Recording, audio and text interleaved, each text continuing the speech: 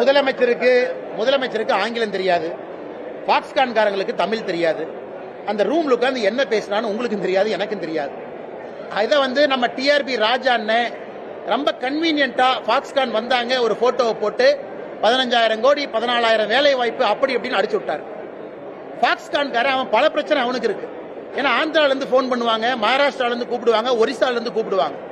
அதனால பாக்ஸ்கான் காரங்க அப்படியெல்லாம் பொய் சொல்லிட்டுலாம் போக முடியாதுங்க. அவங்க என்ன சொன்னாங்க, ஐயா நாங்க உங்க கூட்டத்துக்காக வரல, ஒரு ஆண்டுகளுக்கு முன்பே முடிவு செஞ்சோம் இந்த இடத்துல எக்ஸ்பான்ஷன் பண்ணணும், அதுபடித்தான் பண்ணணும். பாக்ஸ்கான் நிறுவனம் இன்று உண்மையை பேசிய பிறகு தமிழக அரசுக்கு பிரச்சனை. இத தமிழக அரசுக்கு என்னுடைய அறிவுரை என்னன்னா, தமிழ்நாட்டில் இன்னைக்கு டீ கடை ஆரம்பிச்சா கூட திராவிட மாடல் போர்டு வைக்கிறீங்க, ஏன்னா எல்லாம் அநியாயமா. அங்க பாத்தீங்கன்னா ஆந்திர பிரதேசல அண்ணன் சந்திரபாபு நாயுடு $15 பில்லியன் 15 பில்லியன் விசாகப்பட்டினத்துல கூகுளை கொண்டு வந்து ஏஐ டேட்டா சென்டர் சத்தமே இல்லாம இறக்கிட்டார். 15 பில்லியன் எங்க? ஏன்னா 2 சோப் டப்பா தயாரிக்கிறது எங்க?